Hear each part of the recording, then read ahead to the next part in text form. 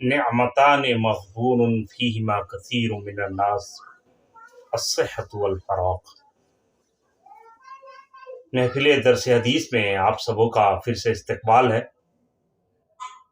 نبی کریم صلی اللہ علیہ وسلم کا ارشاد ہے کہ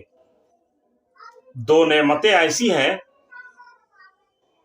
کہ جن کے سلسلے میں اکثر لوگ دھوکے کے شکار ہیں، غلط فہمی کی شکار ہیں۔ جن دو نعمتوں کی لوگ قدر نہیں کر پاتے، اور وہ دو نعمتیں ہیں فرصت اور صحت، تندرستی اور فلاح بالی۔ تندرستی اور فراغ بالی یعنی فرصت ایسی دو نعمتیں ہیں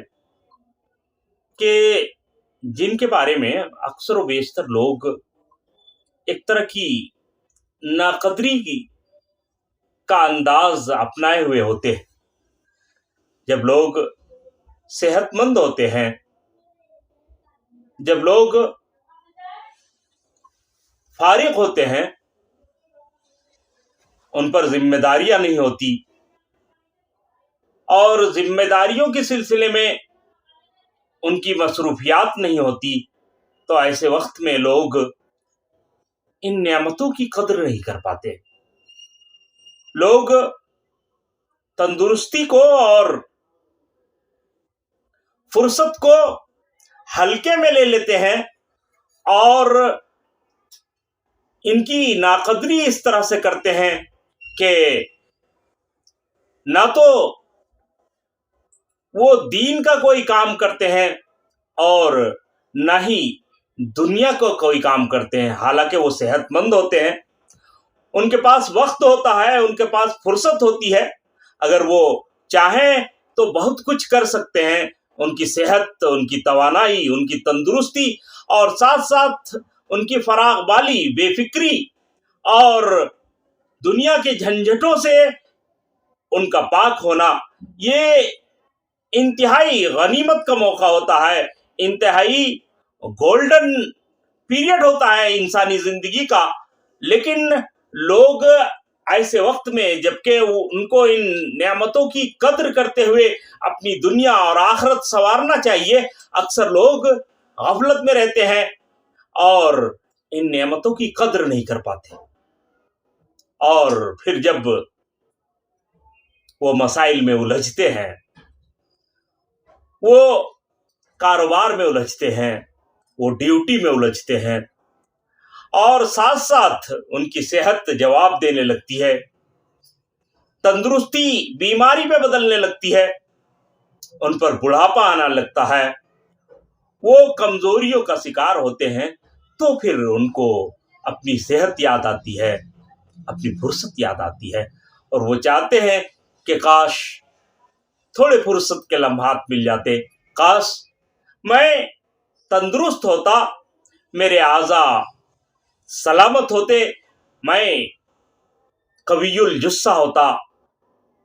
اور میں عبادت میں اللہ تبارک و تعالی کی ذکر میں مصروف ہوتا۔ لیکن پچھتانے کے علاوہ انسان کے پاس ایسے وقت میں کچھ نہیں رہ جاتا ہے۔ لوگ سستی، کاہلی اور لایعنی اور غیر مقصود چیزوں میں اپنی صحت کو، اپنی فراغ بالی کو، اپنی فرصت کو ضائع کر دیتے ہیں۔ لیکن جب یہ چیزیں ضائع ہو جاتی ہیں تو اس کے بعد لوگوں کو خیال آتا ہے کہ ارے ہم نے ان نعمتوں کی قدر نہیں کی، اللہ تبارک و تعالی کی عطا کردہ ان دو عظیم نعمتوں کی ہم سے ناقدری ہوئی۔ لیکن ظاہر ہے کہ ایسا بعد میں سوچنے سے ہم کچھ نہیں کر سکتے، لہذا ابھی بھی جن لوگوں کے پاس یہ دو نعمتیں ہیں،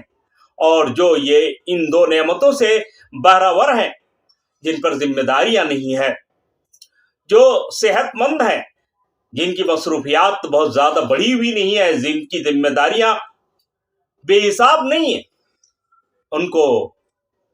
ان نعمتوں کو وقت سے پہلے قدر کرنا چاہیے. نوجوانی کی قدر کرنی چاہیے، صحت مندی کی قدر کرنی چاہیے. بیماریوں، کمزوریوں اور بڑھاپے سے پہلے جو لوگ اپنی ان نعمتوں کی قدر کر لیں تو یقیناً وہی لوگ خوش نصیب ہیں. اور اس حدیث میں نبی کریم صلی اللہ علیہ وسلم نے انہی دو نعمتوں کے بارے میں انسانوں کو توجہ دلائی ہے کہ وقت کے گزرنے سے پہلے ان نعمتوں کی قدر کر لی جائے. جو لوگ ان نعمتوں کی وقت گزرنے سے پہلے قدر کر لیتے ہیں، حقیقتاً وہی لوگ اپنے آپ کو، اپنی ان نعمتوں کو کام میں لانے والے ہوتے ہیں. تو بہرحال نبی کریم صلی اللہ علیہ وسلم نے بڑی جامع اور انتہائی مختصر الفاظ میں دنیا کو ان نعمتوں کی طرف توجہ دلائی ہے کہ یہ وہ دو نعمتیں ہیں جن کی طرف انسان کو غفلت ہونے کی گنجائش نہیں ہے، اور ان کی قدر وقت سے پہلے، ان کے چھن جانے سے پہلے کرنا ضروری ہے. میں انہی چند الفاظ کے ساتھ اپنی گفتگو ختم کر رہا ہوں.